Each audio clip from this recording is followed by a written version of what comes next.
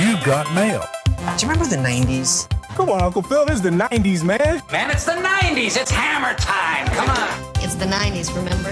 Microchips, microwaves, faxes, earphones. Ma, it's the 90s. You can call it what it is. Yada, yada, yada. I can be anything I want to be. It's the 90s. What, are you nuts? This is the 90s. We're gonna sue you. Wake up and smell the 90s. He teach me German, French, Russian, Hungarian, the Slavic languages. I am a righteous bitch, aren't I? He's at a church convention in Townsville. I suppose she looks like a mad woman as well. Ballpoints make them press down. When they press down, they write like a monkey. I'm born in Italy. The dingoes got my baby! Language I am butchering now. English. What do you think? Okay, we don't have a visual on this podcast, but I had the most frightened face imaginable on that first about 30 seconds of that until I heard the amazing and distinctive quote finally of "Dingo ate my baby," which leads me to Meryl Streep. That is correct. The chameleon. That is right. The vocal chameleon. The vocal chameleon of our time. Yeah. Oh man. Wow. I'm buckling in. Yeah. Click. Yeah. No, this one's gonna shoulder strap. This one's gonna be fun, and it was fully inspired by watching Into the Woods last night with our daughter. Her greatest work. Not even close. Born Mary Louise Streep, nicknamed Meryl. Apparently, this was a tradition in her family that the firstborn girl would be named Mary, but also have a nickname. I never thought of the whole idea of Meryl being such a old-fashioned name. Yeah. She's born June 22nd, 1949 in Summit, New Jersey. That makes her 75 years old right now. But that made her in her 40s during the 90s. So that's kind of an interesting period in an actress's life. She studied at Vassar and the Yale School of Drama. And her first film role was, can you guess? Do you know? Oh, I want to say it's Deer Hunter. No, close. Julia in 1977. Okay, yes. So her film debut she was 28 years old. So she was not a spring chicken when she started in film. She did theater prior to that, and she has a fantastic education. She has a BFA and a MFA. But she was then nominated for her first Oscar the next year for... a Kramer versus Kramer? No, The Deer Hunter. Oh, she was nominated for The Deer Hunter? She was, yeah. Have you seen The Deer Hunter? I have not seen The Deer Hunter. Okay, she doesn't have a very big part. That's why I was surprised. Mm-hmm. It's a big machismo movie. Yeah. She didn't win. She got nominated for that one. But then by 1979, she got for Best Supporting Actress, Kramer versus Kramer. Yeah. And then in 1982... 1982, Cry in the Dark? No, the one that she won the other Oscar, the second Oscar for. Geez. Oh, Sophie's Choice. Sophie's Choice, 1982. So another great accent. Wonderful accent. Devastating film, but remarkable performance. So in 3 years, she won 2 Oscars. So before she was 33. She was anointed very early on. Kind of, and yet sort of late too. Because if you think of someone like Gwyneth Paltrow, she was, 24 when she won her Oscar for Shakespeare in Love. But so she knew how to pick directors. I think she worked with interesting directors. She worked with great directors, yeah. She married her husband, Don Gummer, who was a sculptor. An artist, September 30th, 1978.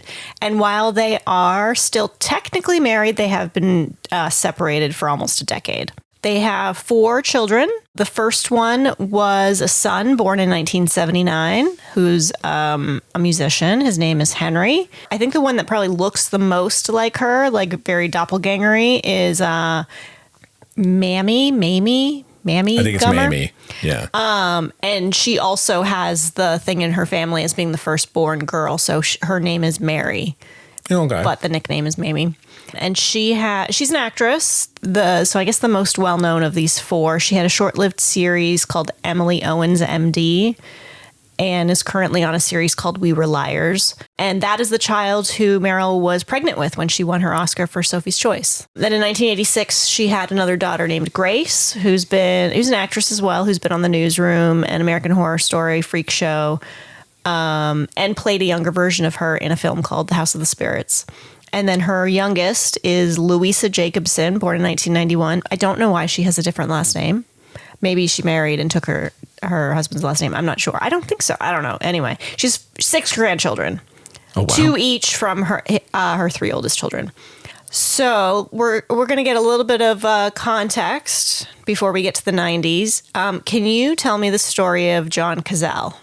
Oh, John Cazale. So John Cazale was a 70s actor. And even though he was only in a few films, he was in some of the greatest films and he got some of the greatest notices. He was in, he's known as Fredo in the Godfather movies. I think he's got the highest ratio of films to Best Picture nominees or winners or something. Because he's only been in like 4 or 5 films and like 3 of them. Yeah, it was Dog Day Afternoon. Yep. The Godfather 1 and 2. The Deer Hunter. The Deer Hunter, which I imagine how they met. The tragedy of Well, no, Deer I Hunter. want you to tell our listeners. So yeah, during they were very much. She still speaks of him like very extremely lovingly. She doesn't really speak of him. She doesn't talk about him. There's a documentary about him. Yeah, it's that infrequent. She actually spoke on film. I recommend it's on HBO. Okay.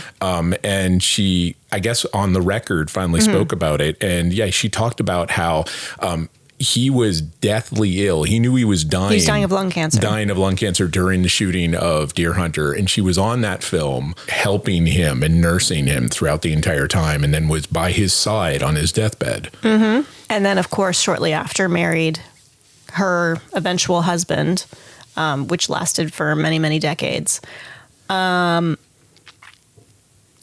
So let's see. So let's just quickly go through the 70s because it's only the late 70s, 77. She did Julia, 78. She got an Oscar nomination for The Deer Hunter. She won the supporting actress for Kramer versus Kramer. She was in Manhattan. She was in Manhattan, yeah. Yep, a Woody Allen film. 1981, she was in a film called The French Lieutenant's Woman, which is a film that I had to watch in high school for a class. It's not that great. It's not that great, but it's kind of interesting because it's like 2 different timelines. It's the same actors playing different characters, but in different timelines. In different timelines, yeah. So there's that. Sophie's Choice, 1982. Without getting too specific about the exact plot of Sophie's Choice, can you describe the sort of cultural impact or cultural meaning of when we say, "Oh, it's a Sophie's Choice"? Yeah, I don't think anybody that uses that reference has probably seen the movie. Most of them haven't. It's just having to make an unthinkable choice, like a choice between 2 things. So she had quite a string of Oscar nominations between her 2 wins and multiple nominations. 1983, can you think of it? 1983. I mean, I said Cry in the Dark, but it's not Cry in the Dark Not yet. No. What are we talking? Silkwood. Oh, with yes. Cher. With Cher, yes. About the radiation. She was a whistleblower. It was a true story. That was her first film with Mike Nichols, I believe. Was it? I didn't realize that. It was, okay, she's done several with Mike Nichols, and we'll definitely talk about that. So the character is based on a real life person who died mysteriously in a car accident. Yeah. Can you guess the 1985 film that she got another Oscar nomination for that also won Best Picture that year? So we're talking about Out of Africa. Yes. She did not get nominated for this 1986 film, Heartburn, but this one I think I have seen. With Jack Nicholson. Yep. 1987, another Oscar nomination for Ironwood. Mm-hmm. In 1988 was the film you've mentioned a bunch of times, but now we're getting to. Which one is it? Oh, Cry in the Dark. Yes. Yeah. And that is where the famous phrase... I know it's misphrased. It's dingo ate my baby, but it's like a dingo. People say it's like the Romeo thing. It's not the real line from the movie. I think as the dingo ate my baby, but I think in the film it's actually the dingo's got my baby. Got my baby, yeah. The dingo's got my baby! So she plays a woman from New Zealand who moves to Australia who is, I guess, in the outback.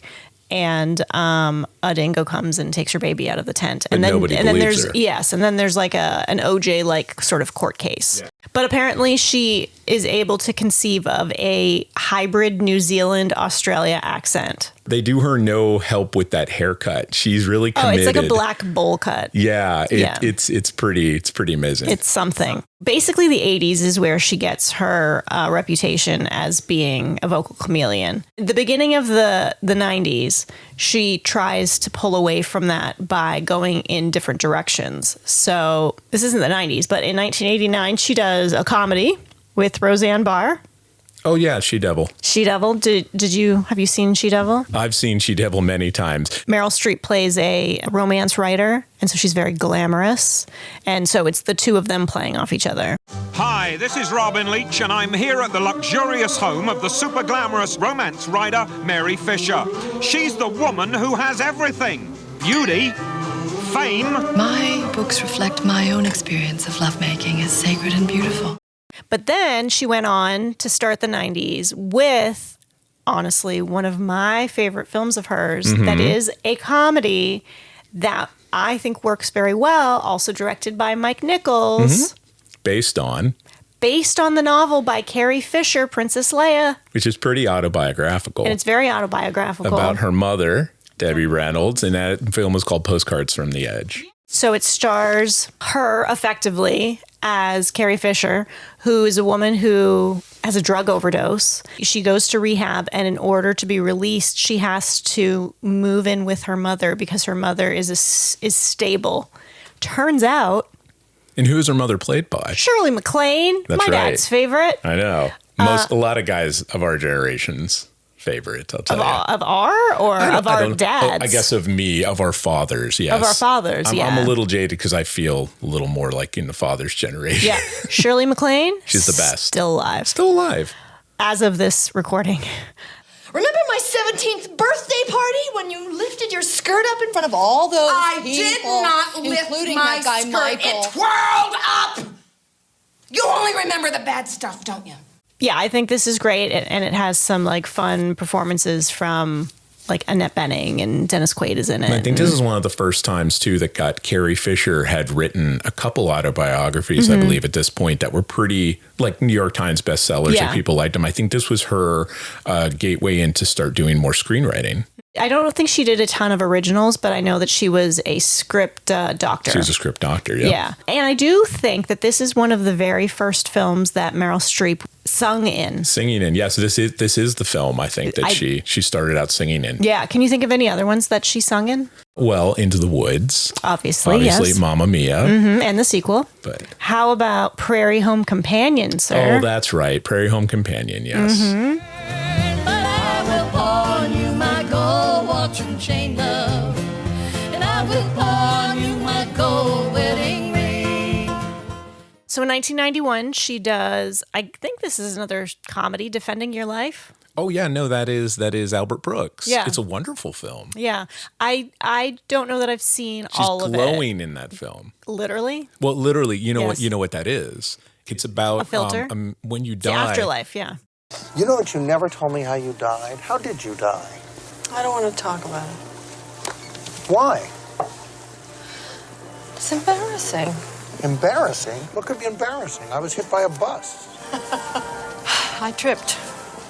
I mean, looking at the stuff that I've looked at to research this, holy crap, her skin. Yeah. Is into her 40s and probably 50s. Just ridiculous. 1992, this film became a currently playing Broadway show that we've seen. Oh, Death Becomes Her. Yeah, Yes. Robert Zemeckis's. Yeah, this movie, I don't know that it played very well when it first was released, but I feel like it has a camp, nostalgic appeal to it. Yeah, it's a cult movie. Yeah. It didn't do it made its money back. Yeah. It was still a wasn't terrible. popular movie, but it wasn't like a blockbuster the way that Robert Zemeckis coming off Yeah. of Back to the Future and Who Framed Roger Rabbit. Well, and I think because they used some really, really innovative technology for that time that they probably spent a lot. And so it was disappointing in its appeal.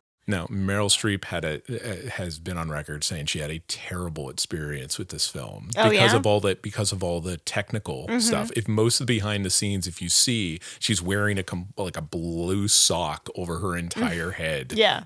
For part of this, when they take your head off. I'm not sure how they do it, but it's not like playing in a scene that Arthur Miller wrote or anything. It's a completely different animal. Tedious is a kind of a little word for what it is. It's excruciating. Nice.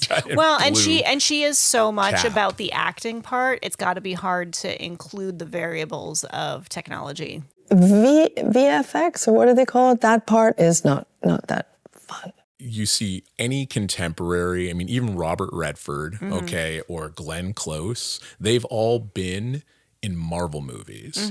All of, John Turturro, all these people, John Malkovich, they've been in Michael Bay movies. Because of her experience on that, she's never decided to ever do any of that before, which I can kind of admire because that would be a big paycheck, but it also keeps her a little bit kind of cool, a little pure. She does some later that involve, I think, sort of more high concept and more sort of technology stuff, like Into the Woods and like The Giver, Mary Poppins and stuff like that. Yeah.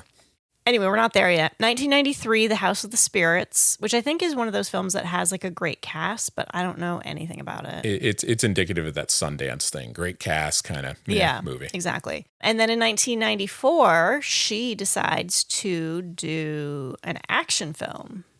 Okay. Do you know which one I'm thinking of? Which year is this? 1994. Oh, 94. No, I don't know. Kevin Bacon.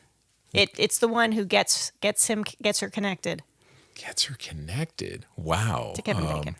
Man, no, I'm amazed that you would think I'd know this more than any of them. I mean, I'll know it when you tell me, but I'm blanking on this. The River Wild. Oh God, yes. Yeah, she does like an action-ish film. And I think this was another version of her sort of trying to diversify what she could do. I mean, I don't know if she had like a blank check to do whatever she wanted, but she was incredibly respected. And I think people liked her. And I think people went to her films because they were films that she starred in. Well, I remember she talked about this film being that she wanted to do it because she said specifically, the boys get to do all this. Why can't I do what the boys do? I love that about her. What comes next? I love this film, Bridges of Madison County. Yeah. So the 90s was her like least Oscar nominated decade. So she went 5 years between getting nominated for Postcards from the Edge, and then she does again for Bridges of Madison County. Now, Bridges of Madison County was a super hit of a book. Yes. Maybe it was an Oprah choice or something? I don't know. It could have been. It's an airport one for sure. Yeah, like you saw it on every rack, every popular. Grocery store, impulse buy. And so this was kind of one of the first versions of like middle-aged romance that we didn't see. Like even if you go back to like the golden age of Hollywood, like who was still working? Which women were still working after 35 or 40? Yeah, it is almost nobody. It is a love story that is about like not just middle-aged people. Mm-hmm. I mean, well, I guess it's funny to think that because I think Clint Eastwood is middle-aged. Well, no, but and Clint Eastwood was older. Clint Eastwood was obviously older, but they were still. I say they were relatively like contemporary, 10 years out of where they would be. Mm-hmm. In that time of that film. I just always think like they're. We were crazy. Yeah, I don't know. No, she was 45. She's younger than us when 45. She made that film. Oh man, 46, whatever. The only thing about that is I believe she's French in that movie. Italian. Mm-hmm. That's right. She's Italian, and it's got kind of like she goes back to her accent. Yeah, it goes back to the accent. The accent's a little. It isn't dodgy because it's Meryl, but But yeah, have you seen Bridges of Madison County? I haven't. I was gonna start watching it. It's not available streaming, but it is available on YouTube. It is romantic, like you wouldn't believe. All right, when we're done here. Yeah. 1996, she did a film called Before and After. Very unfamiliar with that one. Again, also in 1996, she did a film called Marvin's Room. Oh yeah, that with Diane Keaton and Leonardo DiCaprio. It was one of Leonardo DiCaprio's when he was first very big young. roles. Right after Gilbert Grape. I think it was around that time. It would have been shortly after that, shortly before Titanic, and like right around Basketball Diaries. You said Diane Wiest, right? No, Diane Keaton. Diane Keaton. Yeah, I thought it was Wiest. Okay, Diane no, Keaton. I think it's Diane Keaton. The Dianes, I like both of them, so you win either way. Dianes are great.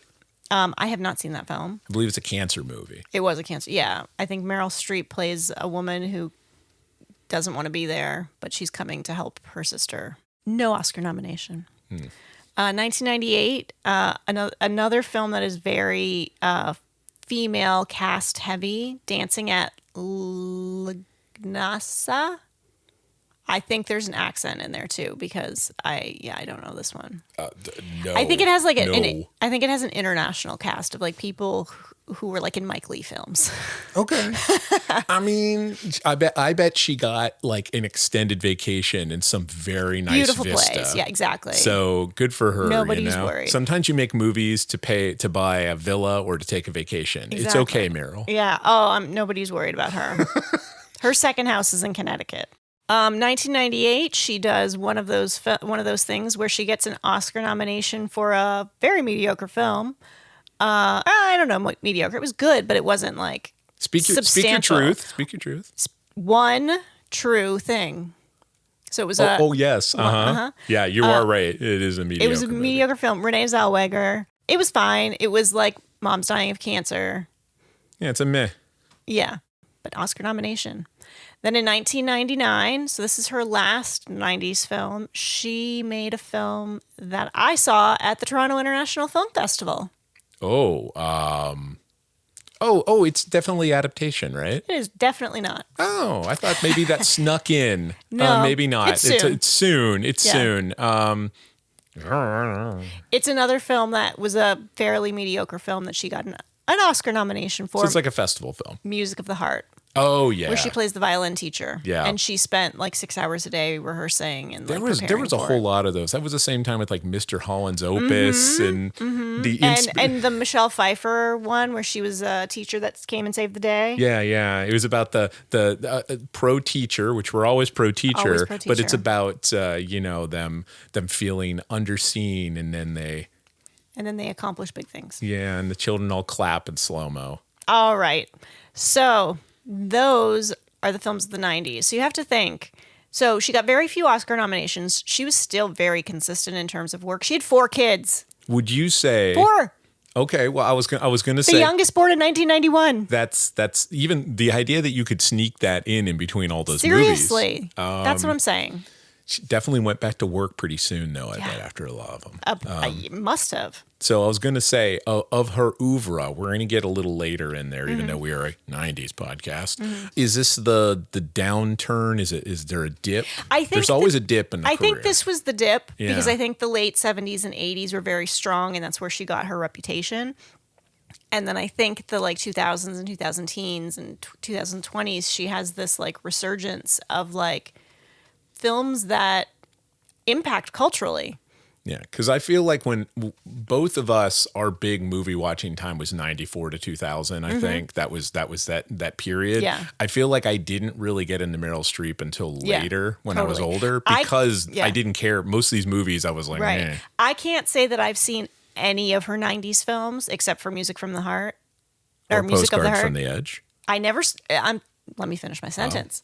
I never saw any of these films at a theater. Oh, at the time. At the time, yeah. Well, whereas we were teenagers too. But like we're not Tom Hanks, I saw some of those movies in a theater. Sure. Bette Midler, obviously, I made an effort to do that. But I didn't see any of these films in theaters. Now these upcoming films, I definitely did. 2002 was adaptation. Yeah, I definitely saw that because Oscar nomination on that. Oscar nomination, because that was coming off of.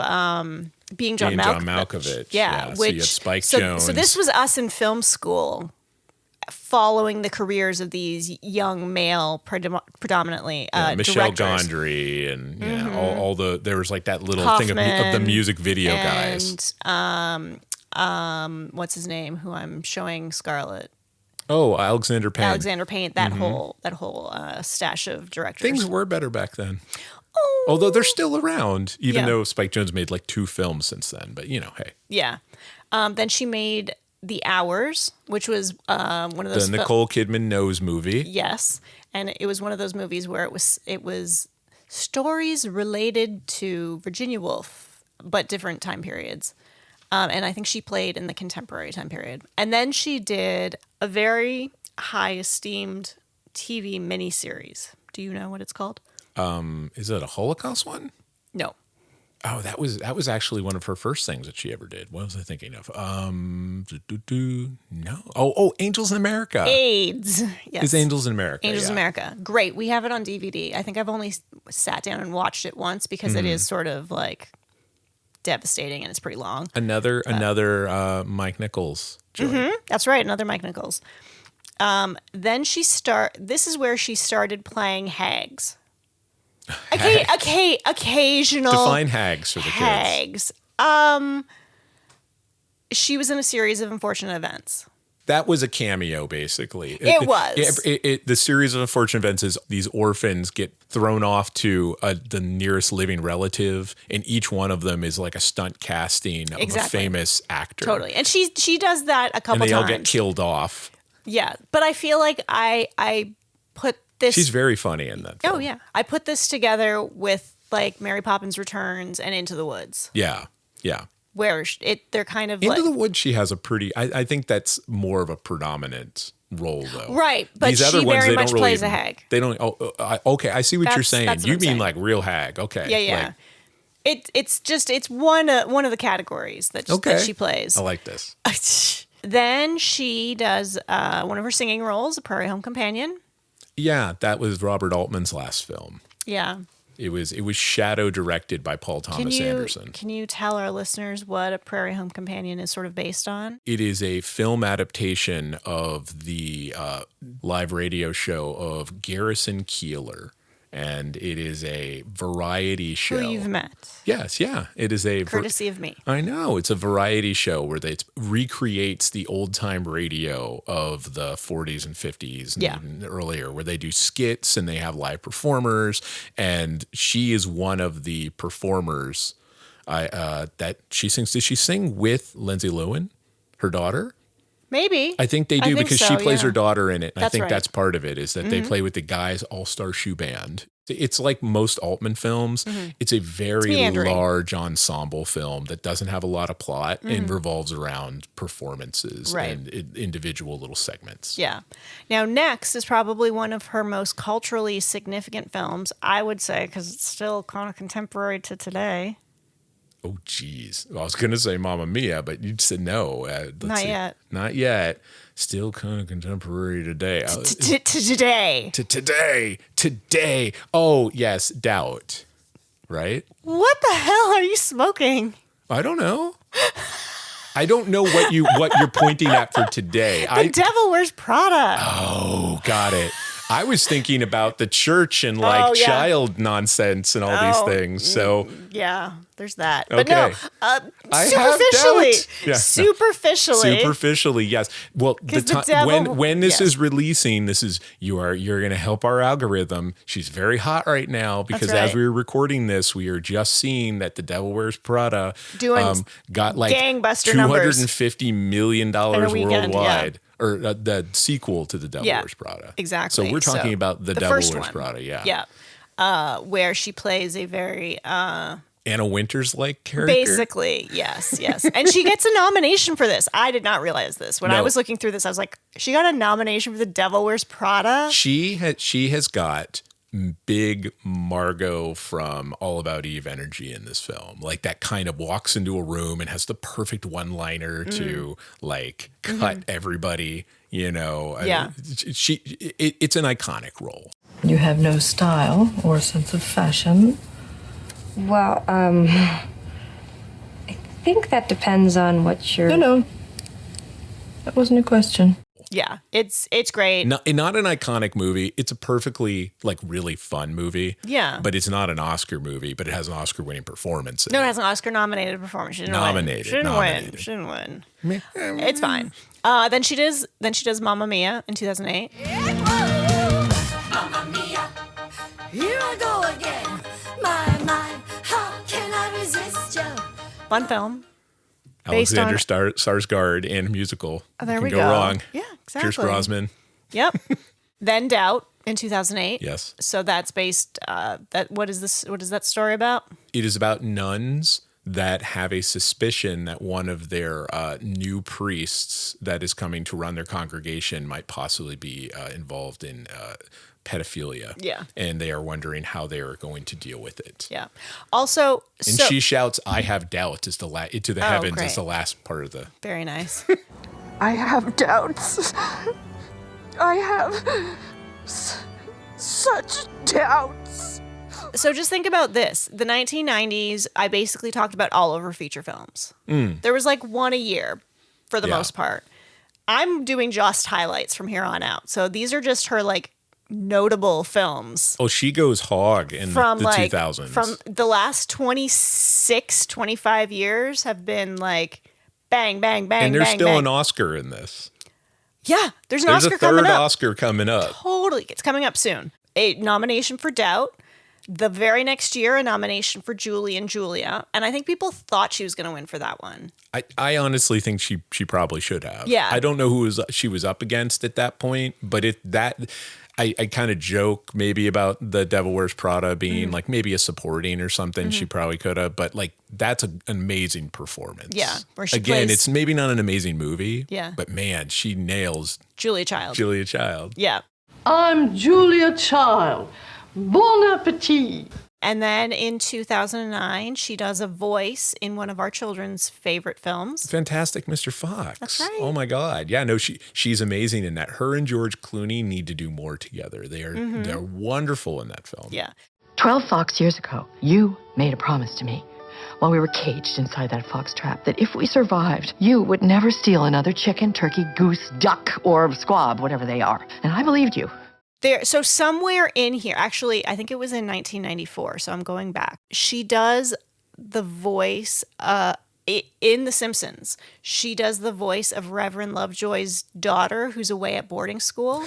And I was gonna include a clip. It's not Good luck finding it. No, I found it. Oh, she doesn't talk much in that episode, which is weird. But also, she doesn't sound enough like any Meryl Streep voice we know. So really, maybe her real voice isn't even her real voice. Maybe that's a fake voice. It could be. She's that much of a chameleon. We just don't know. Only Dawn Gummer knows. Do you think she for sure. uses that power in real life? Absolutely. Do you think like when she picks up the phone, she uses her own voice, or when she's ordering at a drive-through or something, just so people don't recognize her? Is she always putting on accents? Maybe. I don't know about that, but I was watching. She could crank calls. So Meryl Streep crank calls would be amazing. I was watching a clip of her on the David Letterman show, and he asked something about how her children reacted to her, you know, the way she is, or if she uses these talents for other reasons. Sure. And she's like, "Oh, if I ever like get upset and like make a fuss, they're like, Mom, you're being so dramatic." That's what I always love hearing about actors is most of the time they just say like so much reverence outside of their household, but when they come home, they are put in their place. 100%. Their kids do not care if you won an Oscar. Kids will do that. Or three. Okay, So here we are. Oscar number 3. Oh, Oscar number 3 is for The Iron Lady. That is correct. Iron Lady. Second lead Oscar. Sure. Third Oscar overall. Yeah, she plays Margaret Thatcher. She's good. I don't remember the film, but I know that I've seen it. It's her just doing the greatest hits. Like it's like Meryl could do this like blindfolded and walk standing on her hands. Yeah, sure. Yeah, it would have made more sense if she won for Julie and Julia or like Doubt maybe. This is a simple proposition. If you live in this country, you must pay for the privilege. Something, anything. If you pay nothing, you care nothing. What do you care? Where you throw your rubbish? Your council estate is a mess. Your town, graffiti. What do you care? It's not your problem. Somebody else's problem. It's the government's problem. Then in 2013, she's in August Osage County, which I believe... It's a movie. She was nominated. I believe it was with Julia Roberts. It was with Julia Roberts. And Margot Martindale, wasn't it? Wasn't she in there? No, it's... Our favorite character actress? Yes. No, it's got a pretty good cast, but it's a family drama. I don't remember the specifics, though. It's based on a play. Yeah. Yes, for sure. Tracy Letts, a Tracy Letts play. Okay. So she gets a supporting nomination for Into the Woods, playing a hag. Really? I know. I'm sure it's the only Oscar nomination that film got. Maybe some production design or something. At this point, just because she's like showing up to set, they give her an Oscar nomination. That's what I mean. Some of these, I think she even has to sit there and be like, okay, guys, already. Just please. Yeah. Can we move on? There was another clip that I watched on a different talk show. It might have been Jimmy Kimmel or something. And he's like, in 30 seconds, how many of your films that you've got an Oscar nomination for can you name?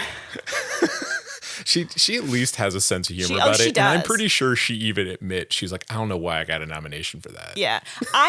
That's why I think she's really appealing. Yeah. Like she's like pretentious in her craft, but she's not pretentious in her life. It seems like, like she's very intentional and like strategic and very conscious and very creative and all that. But she seems to really have it. Like she's so talented, but she also has a real sense of humor. I like that. She looks like a good hang, is what I'm trying to say. She would be a fun hang. She seems like a fun hang. I would love to see her I bet she'd on go out Amy and have a Poehler's drink, show. Like. Oh yeah, she'd be fun. She'd be fun to drink with. She would be good on Amy Poehler's show. Invitation, Meryl, if you want to show up. To ours? Yeah. Yeah, we'll do a second episode about you. You just talk to us. So here's another film where she gets an Oscar nomination for showing up. Oh, please tell me your opinion on this film. She plays an opera singer. Mamma Mia 2? No, not yet. Oh no, this is Foster Jenkins. Yep, Florence Foster Jenkins. Not a bad film. I mean, I've seen it. It was enjoyable. It got some pretty bad notices. I think it's like silly fun. Yeah, but she got an Oscar nomination, and that's ridiculous. Project forward.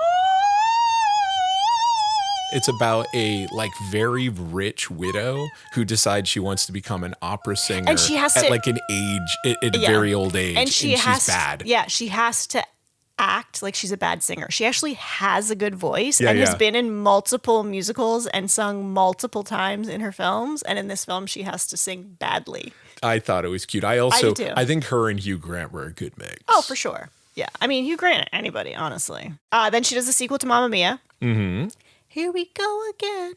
I never saw that. I did watch Mamma Mia, and I think I've shown it to the kids, and I think it's enjoyable. It's not spectacular, but I've never seen the sequel. Speaking of sequels,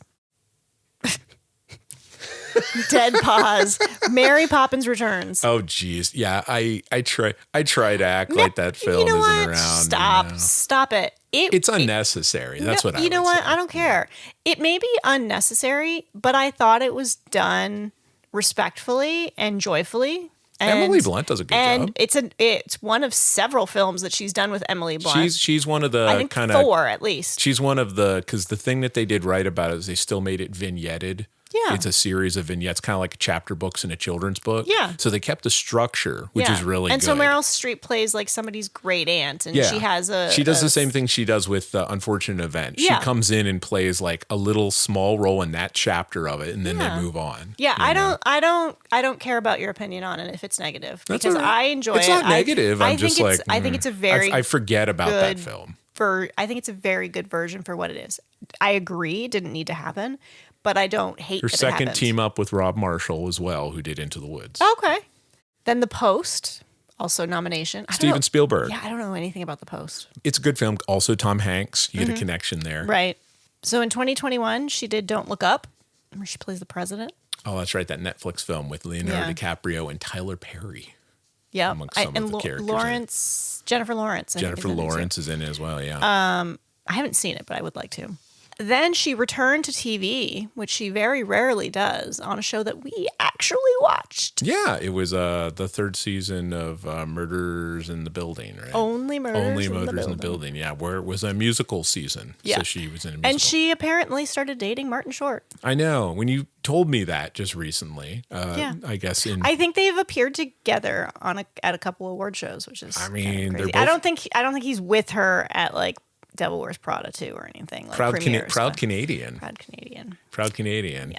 Adorable gentleman. And then we get to Devil Wears Prada 2. Now there's other films and other TV stuff and lots of things in between, but these are all of the ones that I find notable or she got an Oscar nomination. How many Oscar nominations has she received in her lifetime? 16? Higher.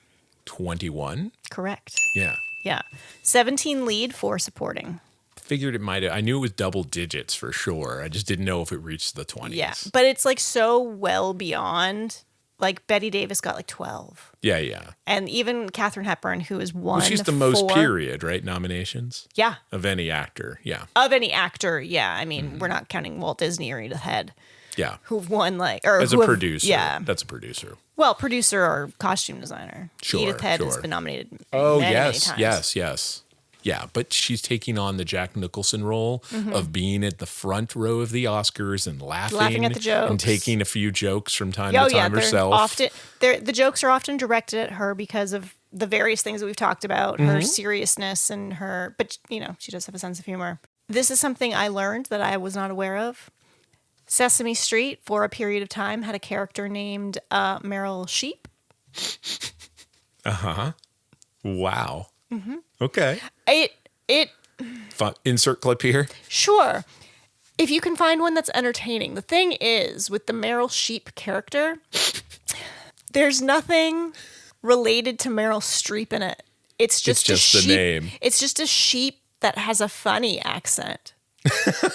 Not like rotating accents. Does it at least have her hair from no, Shot in the Dark? It's just a sheep.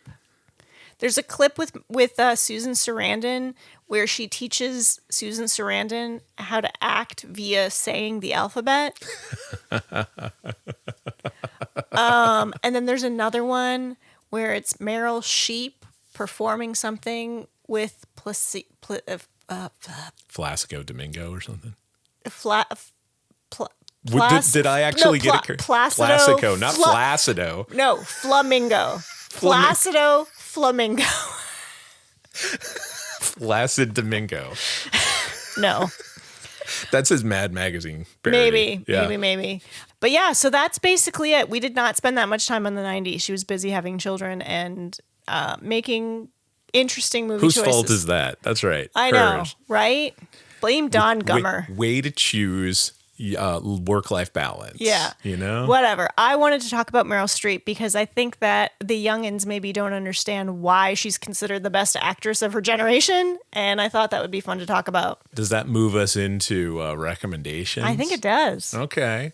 Well, I'd like to go. Why don't you go first? Okay, I'm going to go first, and I'm going to require one of them to be from the 90s. Okay. You have to make one of the three at least be from the 90s. And mine, of course, would be Postcards from the Edge because I love Postcards from the Edge. It is probably the Meryl Streep film that I have rewatched the most. I also happen to love Mike Nichols, so that's a part of it. And Shirley MacLaine because Willie Bald loved Shirley MacLaine, so there's a nostalgia to that. I mean, I have to go. Recently, we did see the musical of Death Becomes Her, and I have always been a fan of the flawed, but I think really enjoyable film. And I do think that it even on a technical level, it's kind of like watching Roger Rabbit and stuff. Just the special effects and the stuff that's done in that still kind of practical. It's like it's still kind of organic. It's not too crazy. It's not too slick. And she still works past that. Like she brings something to it that I think a lot of other people would probably be lost if they were wearing a big blue sock on their head for half of the film. She can act through a head sock. Through a head sock, exactly. So Death Becomes Her. Also, you get Bruce Willis in the 90s, and you get Goldie Hawn in the 90s. And there's too little Goldie Hawn. Isabella Rossellini, who's one of your favorites. And Isabella Rossellini, that's right. Yeah. All right, so I'm going to do one pre-90s. Okay. And one post-90s. So I will do pre-90s first. Sophie's Choice is a devastating film, but it's set in a couple different time periods. And the part that is sort of contemporary is it's like sweaty Southern charming. Yeah, a lot of it takes place kind of in that like... And Kevin Kline. Well, Kevin Kline doing like a Brando. Like he's like super sweaty and macho and like not a nice dude. And she's got the charisma like coming out of her pores. It's pretty ridiculous. And she speaks German, English, and Polish in a Polish accent. But it's not contrived. Yeah. Like, she's just that good. You're like, well, that just must have been her life experience. Because there's no other way. I'm getting a good laugh out of you talking about Sophie's Choice, which feels good. Terrible inside. It is one of the few like heavy dramas that I enjoy rewatching, and I've seen it several times. Oh wow, that's interesting. Yeah, that's really interesting. Because most of the time, if it's like a really heavy drama, I will be like, I appreciate this film, and I never want to come back to it. Or I want to wait decades or whatever. Yeah. But this one I could very easily rewatch probably every year if I wanted to. Yeah. All right. So let's. And she won an Oscar. I mean, I gotta take Kramer versus Kramer off the board because she's in very little of this movie. Mm-hmm. She actually she makes such an impression because she is a mother that basically abandons her son. Mm-hmm. And it's more of a film that is a pro dude. Yeah. And about how like a father can do just as well as a woman. And then the woman is the hysterical person who leaves. Well, apparently she was allowed to help rewrite some of her dialogue, I think, in the court case to at least humanize her. The film does not make her a good mother. Mm-hmm. It admits that she did a bad thing and she shouldn't have done that, but it at least humanizes her, like you said. And she's absent from a lot of the film, but because of that initial setup with her, she's kind of always lingering in the background of that film. Yeah. And when she shows back up, it has a huge impact. Mm-hmm. And I think that's definitely due to her performance. Mm-hmm. All right, for my third one, if I'm going to go based on my interest in rewatching the film as the criteria for my selection, I'm going to say adaptation. Stole it. You stole it. It's off the board, folks. In the draft because here, it's she took so it. Sort of weird and surreal, and she plays sort of contemporary American. Yeah. She puts on no accents that I'm aware of, but she's very funny and like there's a turn in that film that is you think you know her character and where that is goes, and then it kind of goes off the rails. Yeah. Which is my additional choices. If I were to have some, what is the term? Your bonuses or no? I know what you're talking about. Yeah. Special I know what you're saying. Yeah. Jesus Runners up. Okay. You know. Anyway, beyond the three, I would also say Devil Wears Prada is pretty good. Mm-hmm. I liked Mary Poppins Returns. I thought it was pretty enjoyable. I would sit down and watch Angels in America again, although it would require some effort. And I like Julie and Julia as well. But you can choose any of those because those are my additional choices. My top three are set in stone. I will have to give it as a to Julia and Julia. Yeah.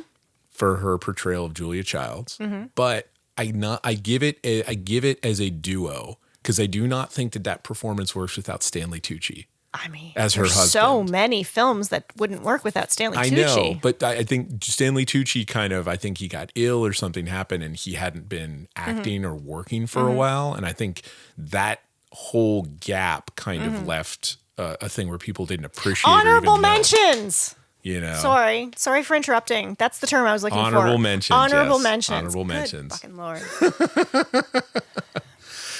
Do you have any?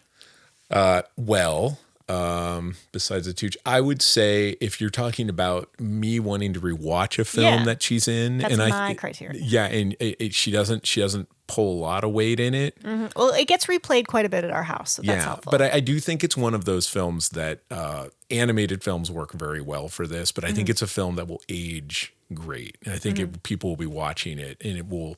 It's kind of timeless. Yeah. Yeah. I mean, I think after this podcast, people are finally going to give her the credit she deserves.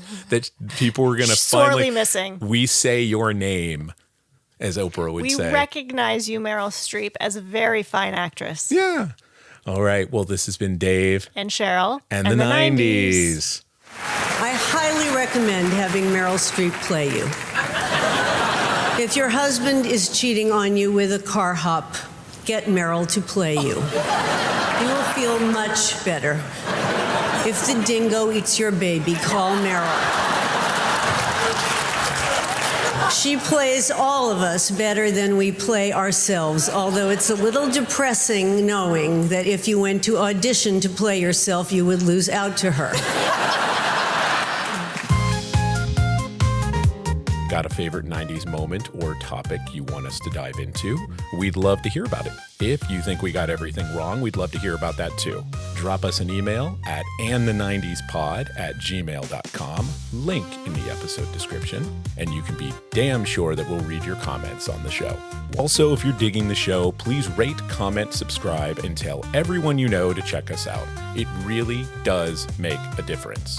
Till next time, remember, we're nostalgia for the olds and education for the youths. We'll read your comments on the show. Also, if you're digging the show, please rate, comment, subscribe, and tell everyone you know to check us out. It really does make a difference. Till next time, remember, we're nostalgia for the olds and education for the youths.